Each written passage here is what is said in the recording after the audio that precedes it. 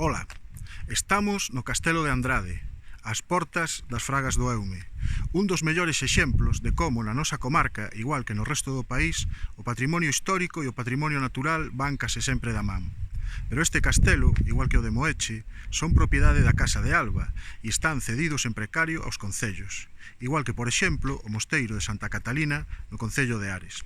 Cesións en precario que son o principal obstáculo para facer intervencións en profundidade ou a longo prazo. Peor aínda está o noso patrimonio arqueolóxico, como o Castro de Lobadiz, en Doniños, ou Santa Comba, en Covas, ou o Castro de Vilasuso e a Pena Molexia, no Val. Un patrimonio histórico e un patrimonio natural que poderían e deberían ser fonte de riqueza. Mais para iso precisamos un goberno que teña iniciativa, un goberno que este orgulloso do seu país. Vivimos nun auténtico paraíso, non deixemos que nos lo rouben. O 12 de xullo, BNG.